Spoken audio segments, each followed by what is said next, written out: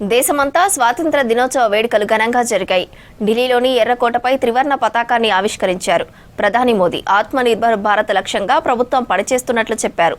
త్వరలోనే జీఎస్టీ విధానంలో సంస్కరణలు తెస్తామన్నారు ప్రధాని. జోరు వారలోనూ 15 ఆగస్టు వేడుకల్లో పాల్గొన్నారు ఎల్ఓపీ రాహుల్ గాంధీ.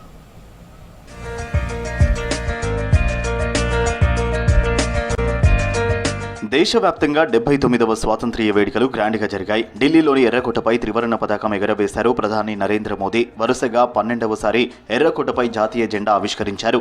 ఈ సందర్భంగా ఆకాశం నుంచి హెలికాప్టర్లతో పూల వర్షం కురిపించారు అధికారులు.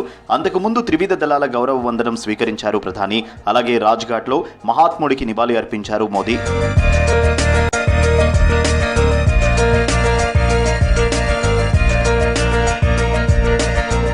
15 ఆగస్టును పురస్కరించుకుని ఎర్రకోటపై నుంచి ప్రసంగించారు ప్రధాని మోదీ.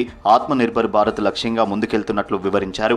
విదేశీ కరెన్సీలైన డాలర్లు, పౌండ్లతో ఆత్మనిర్భర్ భారత్ సాధ్యం కాదని స్పష్టం చేశారు. ప్రపంచ మార్కెట్ను శాసించేలా ఇండియా ఎదగాలని పిలుపునిచ్చారు.